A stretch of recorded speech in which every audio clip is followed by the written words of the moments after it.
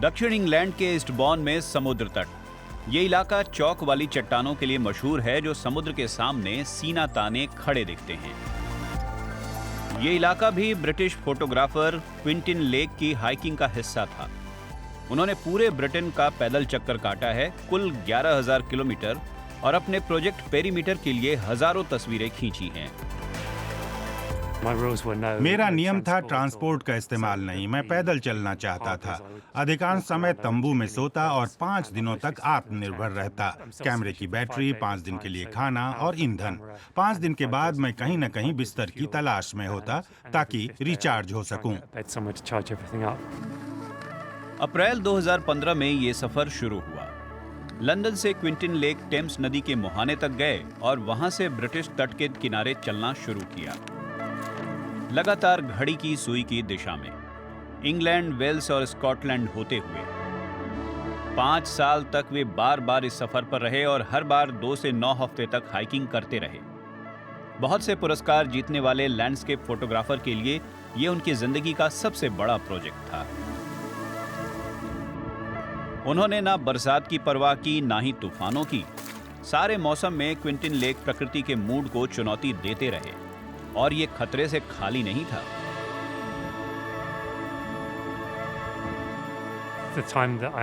जहां मैं सचमुच फंसा वह यॉर्कशायर का होल्डरनेस क्लिफ था।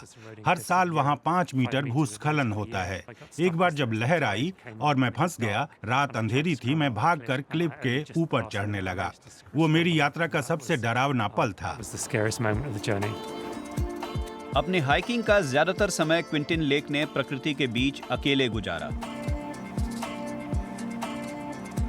बार बार लगने वाली चोट और कोरोना की वजह से हुए लॉकडाउन ने क्विंटिन लेक को कई बार अपना प्रोग्राम बदलने पर मजबूर किया।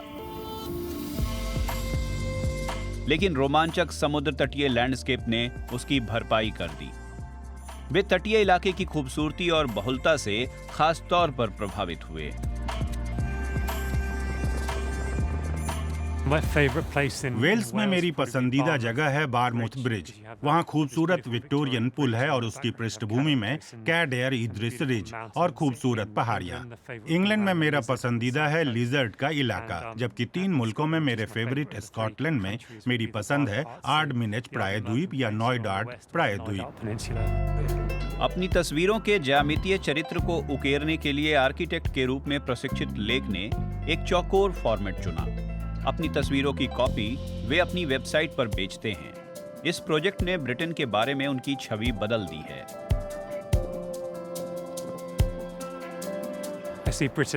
मैं ब्रिटेन को निश्चित रूप से 3 देशों के रूप में देखता हूं, लेकिन उन 3 देशों में भी मैं इसे लोगों के समूह के रूप में देखता हूं जो अपने इलाके को जानते हैं, उससे प्यार करते हैं। करीब 454 दिनों तक 11,000 किलोमीटर चलने के बाद क्विंटिन लेक फिर से उस जगह पहुंचे जहां से वे चले थे, सेंट पॉल कैथेड्रल की सीढ़ियां। लंदन लौटकर अपने परिवार और दोस्तों से मिलना अच्छा लगा। मैं अपने को बेहतर जान सका, खासकर शारीरिक रूप से।